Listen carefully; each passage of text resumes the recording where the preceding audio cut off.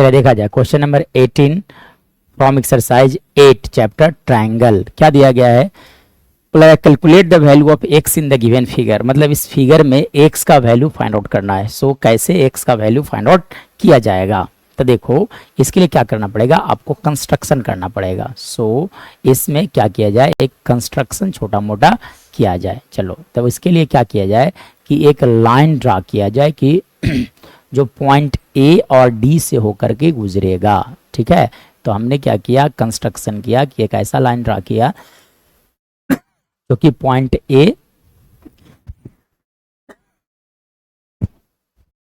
चलिए देखिए, तो हमने क्या किया, कंस्ट्रक्शन कर लिया। ठीक है, एक ऐसा लाइन ड्रा किया है जो कि ए और डी से होकर के गुजर रहा है।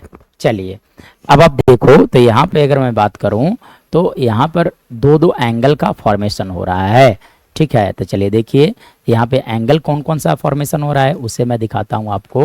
तो देखा जाए, देखो ये यहाँ पर जो एंगल बन रहा है इसे मैं सपोज कर लेता हूँ 1 और इसे मैं सपोज कर लेता हूँ 2। This angle is 1 and this angle is 2। ठीक है ना, सिमिलरली इस एंगल को मैं लिख देता हूँ ए और इसे मैं लिख देता हूँ बी, यानी कि x का वैल्यू, x जो होगा that will be equal to a plus B. a और b का जो वैल्यू आएगा वही आपका x का वैल्यू होगा।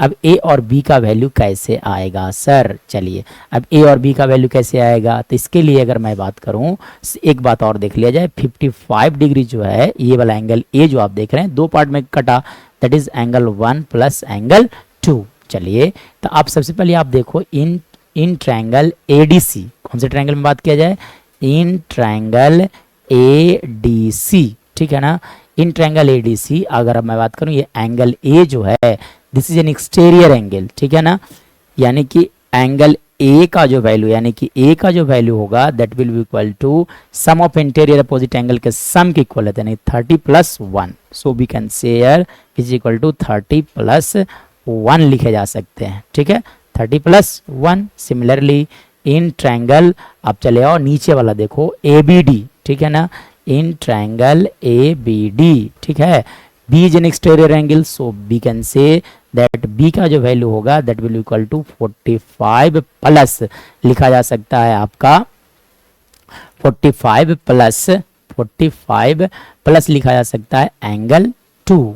चलो यानी कि अब आप क्या करो, यहाँ से x का वैल्यू निकालना था, तो x is equal to how much, a plus B, और a का वैल्यू देखो कितने आए, 30 प्लस एंगल 1। चलिए ये तो ये हो गया।